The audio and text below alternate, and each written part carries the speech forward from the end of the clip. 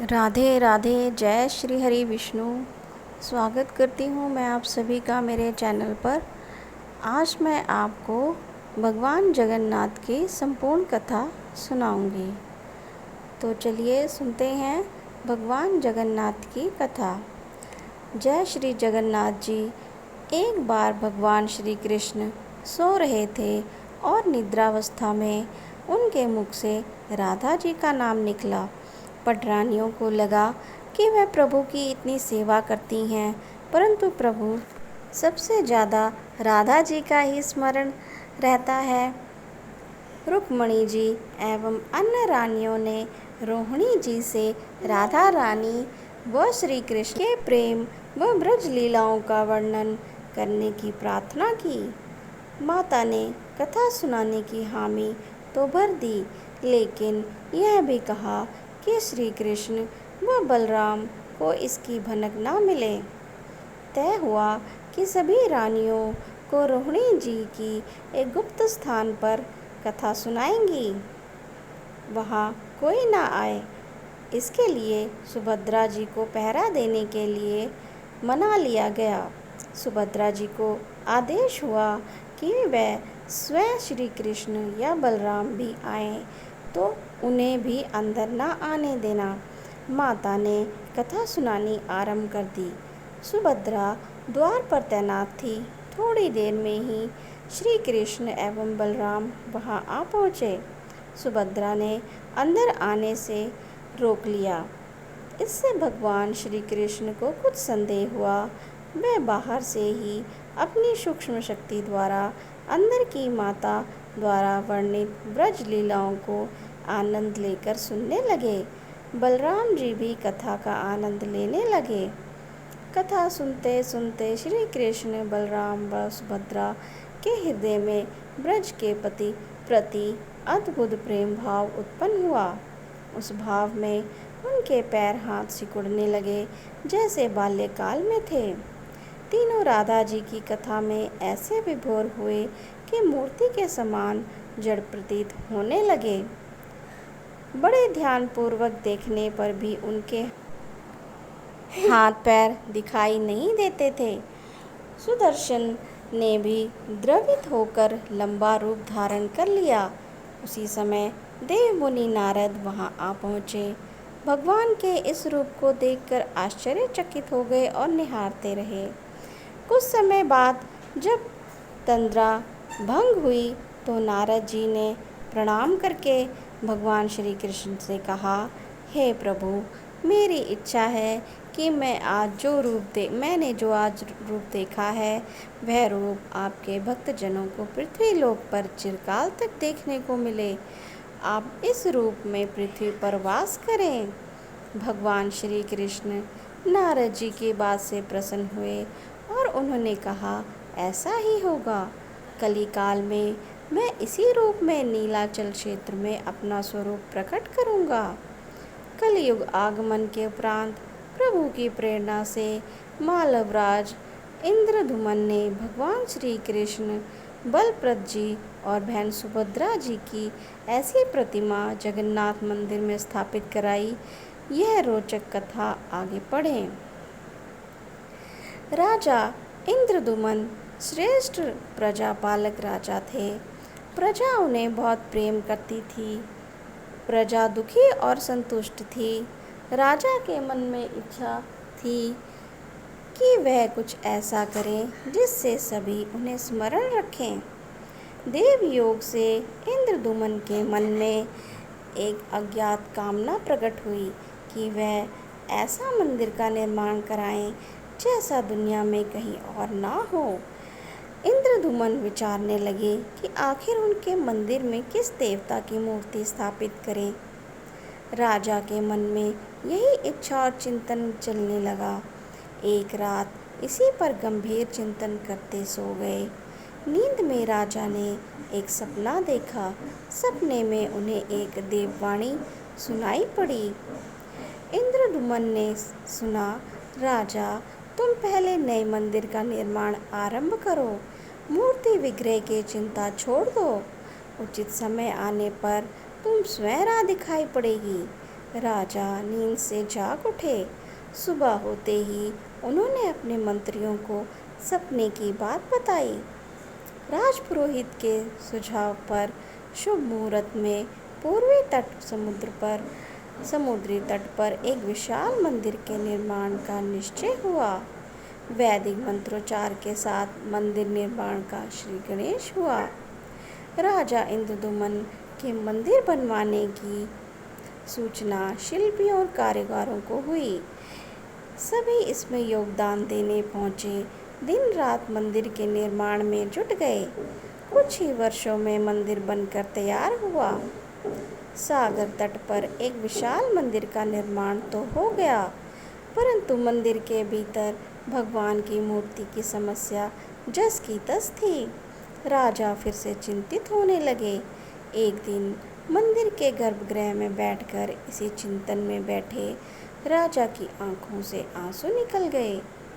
राजा ने भगवान से विनती की, प्रभु, आपके किस स्वरूप को इस मंदिर में स्थापित करूं? इसकी चिंता से व्यग्र हूँ। मार्ग दिखाइए। आपने स्वप्न में जो संकेत दिया था उसे पूरा होने का समय कब आएगा? देव विग्रह विहीन मंदिर देख सभी मुझ पर हंसेंगे। राजा की आंखों से आंसू झरझर रहे थे और वह प्रभु से प्रार्थना करते जा रहे थे, प्रभु, आपके आशीर्वाद से मेरा बड़ा सम्मान है। प्रजा समझेगी कि मैंने झूठ झूठ में स्वप्न में आपके आदेश की बात कहकर इतना बड़ा श्रम कराया। हे प्रभु, मार्ग दिखाइए। राजा दुखी मन से अपने महल से चले गए। उस रात को राजा ने फिर एक सपना देखा। सपने में उसे देववाणी सुनाई दी, राजन, यहाँ निकट में ही भगवान श्री कृष्ण का विग्रह रूप है। तुम उन्हें खोजने का प्रयास करो, तुम्हें दर्शन मिलेंगे। इंद्रदुमन ने स्वप्न की बात पुनः पुरोहित और मंत्रियों को बताई। सभी ये निष्कर्ष पर पहुँचे कि प्रभु कृपा सहज प्राप्त नहीं होगी। उसके लिए हमें निर्मल मन से परिश्रम आरंभ करना होगा। भगवान के विग्रह का पता लगाने की जिम्मेवारी राजा इंद्रदुमन ने 4 विद्वान पंडितों को सौंप दी। प्रभु इच्छा से प्रेरित होकर चारों विद्वान 4 दिशाओं में निकले। उन चारों में एक विद्वान विद्यापति थे। वह चारों में सबसे कम उम्र के थे। प्रभु के विग्रह की खोज के दौरान उनके साथ बहुत से अलौकिक घटनाएं हुई। प्रभु का विग्रह किसे मिला, यह प्रसंग आगे पढ़ें। पंडित विद्यापति पूर्व दिशा की ओर चले। कुछ आगे चलने के बाद विद्यापति उत्तर की ओर मुड़े तो उन्हें एक जंगल दिखाई दिया। वन भयावह था। विद्यापति जी श्री कृष्ण के उपासक थे। उन्होंने श्री कृष्ण का स्मरण किया और राह दिखाने की प्रार्थना की। भगवान श्री कृष्ण की प्रेरणा से उन्हें राह दिखने लगी। प्रभु का नाम लेते वह वन में चले जा रहे थे। जंगल के मध्य उन्हें एक पर्वत दिखाई दिया। पर्वत के वृक्षों से संगीत की ध्वनि ससुरमय गीत सुनाई पड़ रहा था। विद्यापति संगीत के जानकार थे। उन्हें वहाँ मृदंग, बंसी और करताल की मिश्रित ध्वनि सुनाई दे रही थी। यह संगीत उन्हें दिव्य लगा। संगीत की लहरियों को खोजते विद्यापति आगे बढ़े चले गए। जब वह जल्दी ही पहाड़ी की चोटी पर पहुंच गए, पहाड़ के दूसरी ओर उन्हें एक सुंदर घाटी दिखाई दी जहां भील नृत्य कर रहे थे। विद्यापति उस दृश्य को देखकर मंत्रमुग्ध थे। सफ़र के कारण थके थे, पर संगीत से थकान मिट गई और उन्हें नींद आने लगी। अचानक एक बाघ की गर्जना सुनकर विद्यापति घबरा उठे। बाघ उनकी ओर दौड़ता आ रहा था। बाघ को देखकर विद्यापति घबरा गए और बेहोश होकर वहीं गिर पड़े। बाघ विद्यापति पर आक्रमण करने ही वाला था कि तभी एक स्त्री ने बाघ को पुकारा, बाघा। उस आवाज़ को सुनकर बाघ मौन खड़ा हो गया। स्त्री ने उसे लौटने का आदेश दिया तो बाघ लौट पड़ा। बाघ उस स्त्री के पैरों के पास ऐसे लौटने लगा जैसे कोई बिल्ली पुचकार सुनकर खेलने लगती है। युवती बाघ की पीठ को प्यार से थपथपाने लगी और बाघ स्नेह से लौटता रहा। वह स्त्री वहाँ मौजूद स्त्रियों में सर्वाधिक सुंदर थी। वह भीलों के राजा विश्वासु की इकलौती पुत्री ललिता थी। ललिता ने अपनी सेविकाओं को अचेत विद्यापति की देखभाल के लिए भेजा। सेविकाओं ने झरने से जल लेकर विद्यापति पर जल छिड़का। कुछ देर बाद विद्यापति की चेतना लौटी। उन्हें जल पिलाया गया। विद्यापति यह सब देखकर कुछ आश्चर्य में थे। ललिता विद्यापति के पास आई और पूछा, आप कौन हैं और भयानक जानवरों से भरे इस वन में आप कैसे पहुँचे? आपके आने का प्रयोजन बताइए ताकि मैं आपकी सहायता कर सकूं। विद्यापति के मन से बाघ का भय पूरी तरह गया नहीं था। ललिता ने यह बात भांप ली और उन्हें सांत्वना देते हुए कहा, विप्रवर, आप मेरे साथ चलें। जब आप स्वस्थ हों तब अपने लक्ष्य की ओर प्रस्थान करें। विद्यापति ललिता के पीछे पीछे और उनकी बस्ती की तरफ चल दिए। विद्यापति भीलों के राजा विश्वासु से मिले और उन्हें अपना परिचय दिया। विश्वासु ने विद्यापति जैसे विद्वान से मिलकर बड़े प्रसन्न हुए। विश्वासु के अनुरोध पर विद्यापति कुछ दिन वहां अतिथि बनकर रुके। वे भीलों को धर्म और ज्ञान का उपदेश देने लगे। उनके उपदेशों को विश्वासु ने तथा ललिता बड़ी रुचि से सुनते थे। ललिता के मन में विद्यापति के लिए अनुराग पैदा हो गया। विद्यापति ने भी भांप लिया कि ललिता जैसी सुंदरी को उनसे प्रेम हो गया है, किंतु विद्यापति एक बड़े कार्य के लिए निकले थे। अचानक एक दिन विद्यापति बीमार हो गए। ललिता उनकी सेवा की। इससे विद्यापति के मन में भी ललिता के प्रति प्रेम भाव पैदा हो गया। विश्वासु ने प्रस्ताव रखा कि विद्यापति ललिता से विवाह कर लें। विद्यापति ने इसे स्वीकार कर लिया। कुछ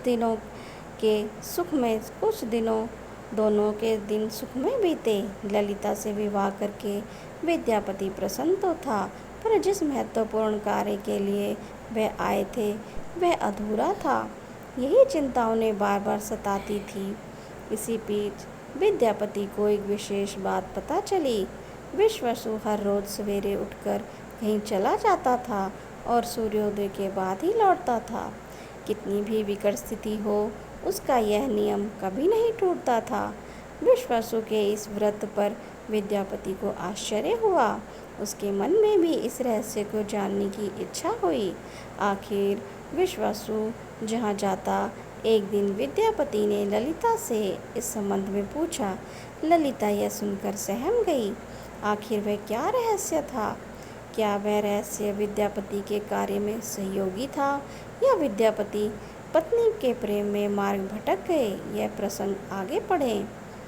विद्यापति ने ललिता से उसके पिता द्वारा प्रतिदिन सुबह किसी अज्ञात स्थान पर जाने और सूर्योदय के पूर्व लौट आने का रहस्य पूछा। विश्वासु का नियम किसी हाल में भी नहीं टूटता था, चाहे कितनी भी विकट परिस्थिति हो। ललिता के सामने धर्म संकट आ गया। वह पति की बात ठुकरा नहीं सकती, लेकिन पति जो पूछ रहा था वह उसके वंश की गोपनीय परंपरा से जुड़ी बात थी, जिसे खोलना संभव नहीं था।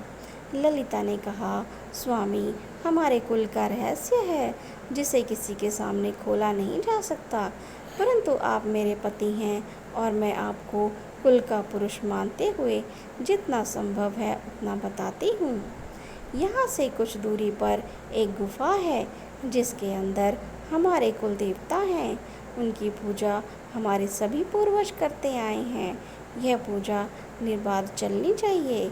उसकी पूजा के लिए पिताजी रोज सुबह नियमित रूप से जाते हैं। विद्यापति ने ललिता से कहा, वह भी उनके कुल देवता के दर्शन करना चाहते हैं। ललिता बोली, यह संभव नहीं।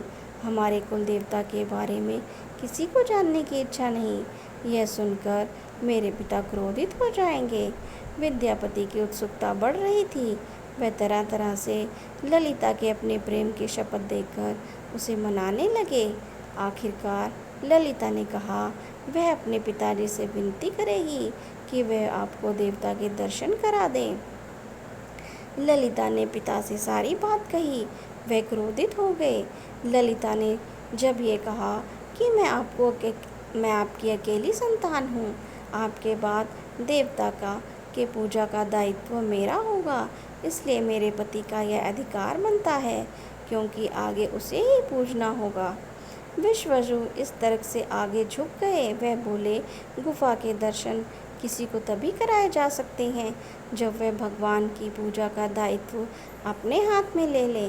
विद्यापति ने दायित्व स्वीकार किया तो विश्ववसु देवता के दर्शन कराने को राजी हो गए।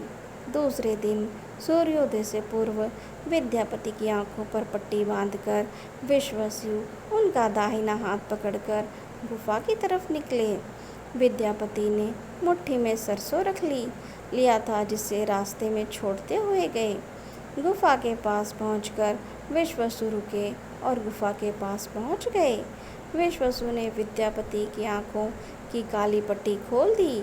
उस गुफा में नीले रंग का प्रकाश चमक उठा। हाथों में मुरली लिए भगवान श्री कृष्ण का रूप विद्यापति को दिखाई दिया। विद्यापति आनंद मगन हो गए और भगवान के दर्शन किए। दर्शन के बाद तो जैसे विद्यापति जाना ही नहीं चाहते थे, पर विश्ववसु ने लौटने का आदेश दिया। फिर उनकी आंखों पर पट्टी बांधी और दोनों लौट पड़े। लौटने पर ललिता ने विद्यापति से पूछा। विद्यापति ने गुफा में दिखे अलौकिक दृश्य के बारे में पत्नी को बताना भी उसे उचित नहीं समझा। वे टाल गए। यह तो जानकारी हो चुकी थी कि विश्ववसु श्री कृष्ण की मूर्ति की पूजा करते हैं। विद्यापति को आभास हो गया कि महाराज ने स्वप्न में जिस प्रभु विग्रह के बारे में देववाणी सुनी थी वह इसी मूर्ति के बारे में थी। विद्यापति विचार करने लगे कि किस तरह इस मूर्ति को लेकर राजधानी पहुंचना होगा। वह एक तरफ तो गुफा से मूर्ति लेकर जाने की सोच रहे थे और दूसरी तरफ भीलराज और पत्नी के साथ विश्वासघात के विचार से उनका मन व्यथित हो रहा था। विद्यापति अधर्म के बारे में सोचते रहे।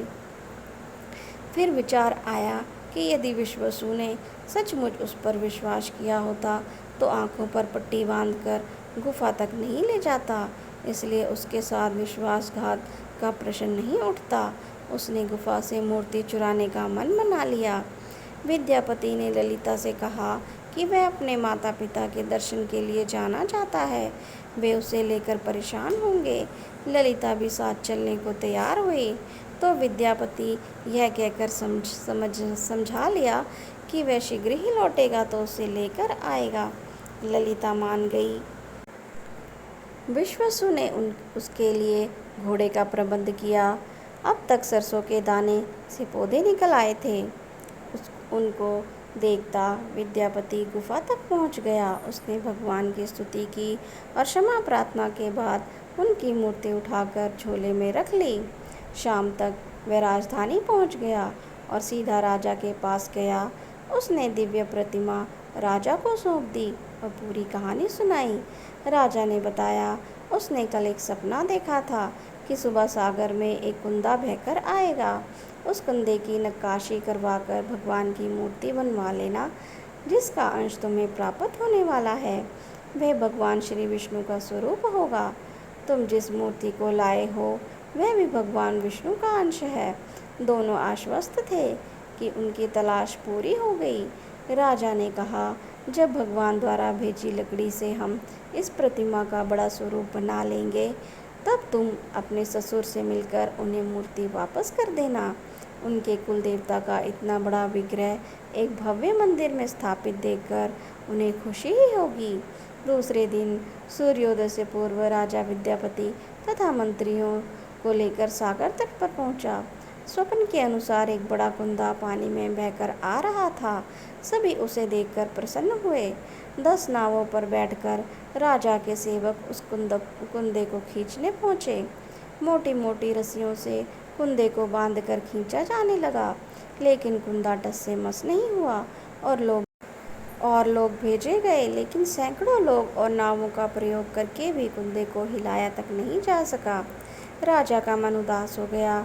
सेनापति ने एक लंबी सेना कुंदे को खींचने के लिए भेज दी। सारे सागर में सैनिक ही सैनिक नजर आने लगे, लेकिन सभी मिलकर कुंदे को अपने स्थान से हिला तक न सके। सुबह से रात हो गई। अचानक राजा ने काम रोकने का आदेश दिया। उसने विद्यापति को अकेले में ले जाकर कहा कि वह समस्या का कारण जान गया है। राजा के चेहरे पर संतोष के भाव थे। राजा ने विद्यापति को गोपनीय रूप से कहीं चलने की बात कही। राजा इंद्रदुमन ने कहा कि अब भगवान का विग्रह बन जाएगा, बस एक काम करना होगा। भगवान श्री कृष्ण ने राजा को ऐसा क्या संकेत दे दिया था कि उसकी सारी परेशानी समाप्त हो गई। और यह प्रसंग आगे पढ़ें। राजा इंद्रदुमन को भगवान की प्रेरणा से समझ में आने लगा कि आखिर प्रभु के विग्रह के लिए जो लकड़ी का कुंदा पानी में बहकर आया, वह हिलडुल भी क्यों नहीं रहा। राजा विद्यापति को बुलाया और कहा, तुम जिस दिव्य मूर्ति को अपने साथ लाए हो, उसकी अब तक तो पूजा करता आया था। उसे तुरंत भेंट करके क्षमा मांगनी होगी। बिना उसके स्पर्श किए यह कुंदा आगे नहीं बढ़ेगा। राजा इंद्रदुमन और विद्यापति विश्वासु से मिलने पहुँचे। राजा ने पर्वत की चोटी से जंगल को देखा तो उसकी सुंदरता को देखता ही रह गया। दोनों भीलों की बस्ती की ओर चुपचाप चलते रहे। इधर विश्वासु अपने नियमित दिनचर्या के हिसाब से गुफा में अपने कुल देवता की पूजा के लिए चले। वहाँ प्रभु की मूर्ति गायब देखी तो वह समझ गए कि उनके दामाद ने ही छल किया है। विश्वासु लौटे और ललिता को सारी बात बताई। विश्वासु पीड़ा से भरा घर के आंगन में पछाड़ खाकर गिर गए। ललिता अपने पति द्वारा किए विश्वासघात से दुखी थी और स्वयं को इसका कारण मान रही थी। पिता पुत्री दिन भर विलाप करते रहे। जब उन दोनों ने अन्न का एक भी दाना न छुआ, अगली सुबह विश्वासु उठे और सदा की तरह अपनी दिनचर्या का पालन करते हुए गुफा की तरफ बढ़ निकले। वह जानते थे कि प्रभु का विग्रह वहाँ नहीं है, फिर भी उनके पैर गुफा की ओर खींचे चले जाते थे। विश्वासु के पीछे ललिता और रिश्तेदार भी चले। विश्वासु गुफा के भीतर पहुँचे, जहाँ भगवान की मूर्ति थी। उस चट्टान के पास खड़े होकर हाथ जोड़कर खड़े रहे, फिर उस ऊंची चट्टान पर गिर गए और बिलक बिलक कर रोने लगे। उनके पीछे प्रजा भी रो रही थी। एक भील युवक भागता हुआ गुफा के पास आया और बताया कि उसने महाराज और उसके साथ विद्यापति बस्ती की ओर आते देखा है। यह सुनकर सब चौंक उठे। विश्वासु राजा के स्वागत में गुफा से बाहर आए, लेकिन उनकी आंखों में आंसू थे। राजा इंद्रदुमन विश्वासु के पास आए और उन्हें अपने हृदय से लगा लिया। राजा बोले, भीलराज, तुम्हारे कुल देवता की प्रतिमा का चोर तुम्हारा दामाद नहीं, मैं हूँ। उसने तो अपने महाराज के आदेश का पालन किया है। यह सुनकर सब चौंक उठे। विश्वासु ने राजा को आसन दिया। राजा ने उस विश्वासु को शुरू में से अंत तक पूरी बात बताकर कहा, आखिर क्यों यह सब करना पड़ा। फिर राजा ने उनसे अपने स्वप्न और फिर जगन्नाथपुरी के सागर तट पर मंदिर निर्माण की सारी बात सुनाई। राजा ने विश्वासु से प्रार्थना की, भील सरदार विश्वासु, कई पीढ़ी आपके वंश के लोग भगवान की मूर्ति पूजते आए हैं। भगवान के उस विग्रह के दर्शन सभी को मिले, इसके लिए आपकी सहायता चाहिए। ईश्वर द्वारा भेजे गए लकड़ी के कुंदे से बनी मूर्ति के भीतर हम इस दिव्य मूर्ति को सुरक्षित रखना चाहते हैं। अपने कुल्य की प्रतिमा को पूरी मंदिर के में स्थापित करने की अनुमति दो। उस कुंदे को तुम स्पर्श करोगे तभी वह हिलेगा। विश्वासु राजी हो गए। राजा सब परिवार विश्वासु को लेकर सागर तट पर पहुँचे। विश्वासु ने कुंदे को छुआ। छूते ही कुंदा अपने आप तैरता हुआ किनारे पर आ लगा। राजा के सेवकों ने उस कुंदे को राजमहल में पहुंचा दिया। अगले दिन मूर्तिकारों और शिल्पियों को राजा ने बुलाकर मंत्रणा की कि आखिर इस कुंदे से कौन सी देव मूर्ति बनाना शुभदायक है। मूर्तिकारों ने कह दिया कि वे पत्थर की मूर्तियां बनाना तो जानते हैं, लेकिन लकड़ी की मूर्ति बनाने का उन्हें ज्ञान नहीं है। एक नए विघ्न पैदा होने से राजा फिर चिंतित हो गए। उस समय वहाँ एक बूढ़ा आ गया। उसने राजा से कहा, इस मंदिर में आप भगवान श्री कृष्ण को उनके भाई बलभद्र तथा बहन सुभद्रा के साथ विराजमान करें। इस देवयोग का यही संकेत है। राजा को उस बूढ़े व्यक्ति की बात से सांत्वना तो मिली, लेकिन समस्या यह थी कि आखिर मूर्ति कैसे बने। उस बूढ़े ने कहा कि मैं इस कला में कुशल हूँ, मैं इस पवित्र कार्य को पूरा करूँगा और मूर्तियाँ बनाऊँगा, पर मेरी एक शर्त है। राजा प्रसन्न हो गए और उनकी शर्त पूछी। बूढ़े शिल्पी ने कहा, मैं भगवान की मूर्ति का निर्माण का काम एकांत में करूँगा। मैं यह काम बंद कर कमरे में करूँगा। कार्य पूरा करने के बाद मैं स्वयं दरवाज़ा खोलकर बाहर आऊँगा। इसी बीच मुझे कोई नहीं बुलाएगा। राजा सहमत तो थे, लेकिन उन्हें एक चिंता हुई और बोले, यदि कोई आपके पास नहीं आएगा तो ऐसी हालत में आपके खाने पीने की व्यवस्था कैसी होगी। शिल्पी ने कहा, जब तक मेरा काम पूर्ण नहीं होता मैं कुछ खाता पीता नहीं हूँ। राज मंदिर में एक विशाल कक्ष में उस बूढ़े शिल्पी ने स्वयं को 21 दिनों के लिए बंद कर लिया और काम शुरू कर दिया। भीतर से आवाज़ें आती थी। महारानी गुड़ीचा देवी दरवाजे से कान लगाकर अक्सर छेनी हथौड़े के चलने की आवाज़ें सुना करती थी। महारानी रोज की तरह कमरे के दरवाजे से कान लगाए खड़ी थी। 15 दिन बीते थे कि उन्हें कमरे से आवाज़ सुनाई पड़नी बंद हो गई। जब मूर्तिकार ने काम करने की कोई आवाज़ ना मिली तो रानी चिंतित हो गई। उन्हें लगा कि वृद्ध आदमी खाता पीता भी नहीं है, कहीं उसके साथ कुछ अनिष्ट ना हो गया हो। व्याकुल होकर रानी दरवाजे को धक्का देकर खोला और भीतर झांक कर देखा। महारानी गुड़ीचा देवी ने इस तरह की मूर्तिकार को दिया हुआ वचन भंग कर दिया था। मूर्तिकार अभी मूर्तियां बना रहा था, परंतु रानी को देखते ही वह दृश्य हो गए। मूर्ति निर्माण का कार्य अभी तक पूरा नहीं हुआ था। हाथ पैर का निर्माण पूर्ण नहीं हुआ था। वृद्ध शिल्पीकार के रूप में स्वयं देवताओं ने शिल्पी भगवान विश्वकर्मा आए थे। उनके अदृश्य होते ही मूर्तियां अधूरी रह गई। इसी कारण आज भी ये मूर्तियां वैसी ही हैं। उन प्रतिमाओं को ही मंदिर में स्थापित कराया गया। बोलिए जय जय जगन्नाथ स्वामी की जय।